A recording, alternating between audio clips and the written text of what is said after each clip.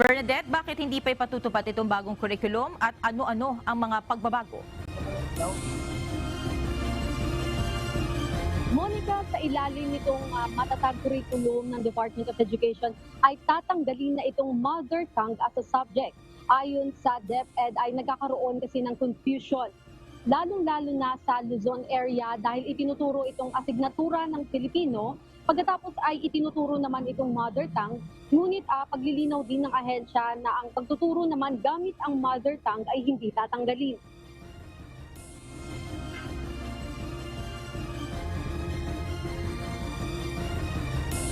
Pinangunahan ni Education Secretary and Vice President Sara Duterte ang paglulunsad ng K-10 curriculum sa Pasay City ngayong araw. Ayon sa ahensya, halos 1,000 eksperto mula sa iba't ibang sektor tulad ng consultant, higher education institution, government stakeholders, international expert ang nagkaroon ng kontribusyon upang ma-revise itong K-10 curriculum. Ilan sa mga naging hamon ng kagawaran sa ilalim nga ng old curriculum ay congested anya ang curriculum content, kaya sa ilalim nitong matatag curriculum ay mababawasan ng nasa 70% o decongestion.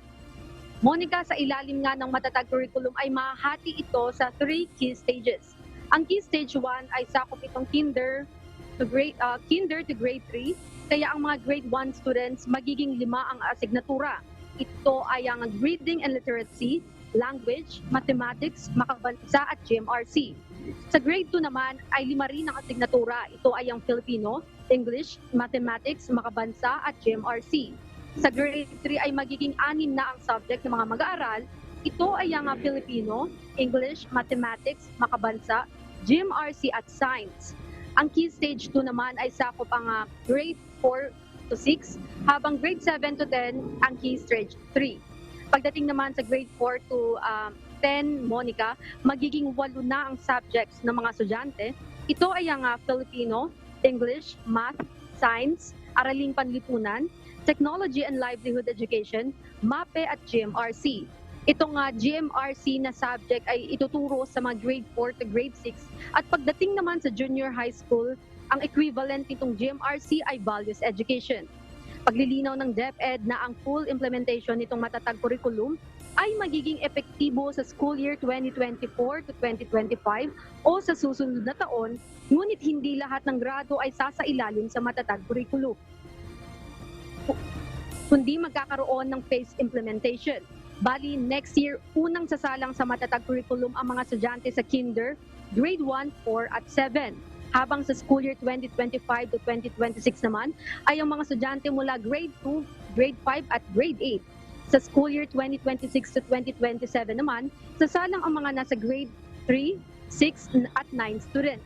At ang implementasyon sa mga grade 10 students sa school year 2027 to 2028. Ibig sabihin, Monica, paunti-unti ang implementasyon ng programa at hindi isahan. Paliwanag ng DepEd, ito rin ay upang makapag-adjust ng maayos sa mga bata, guro, maging ang mga learning materials na gagamitin. Kaya ngayong darating na pasukan ay mananatili pa rin sa old curriculum ang mga nasa kinder to grade 10 students. Monica, dagdag pa ng DepEd ay magkakaroon sila ng pilot implementation para dito sa matatag curriculum, pero sa ngayon ay hindi pa nila mailalahad ang detalye kung kailan o saang mga rehiyon, maging ang mga learning materials na gagamitin. Kaya patuloy din tayong mag-aantabay sa mga susunod pang hakbang ng ahensya.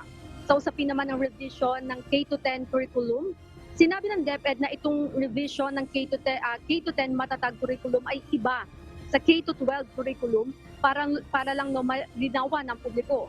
Pero patuloy din ang isinasagawang review ng DepEd sa K-12 curriculum.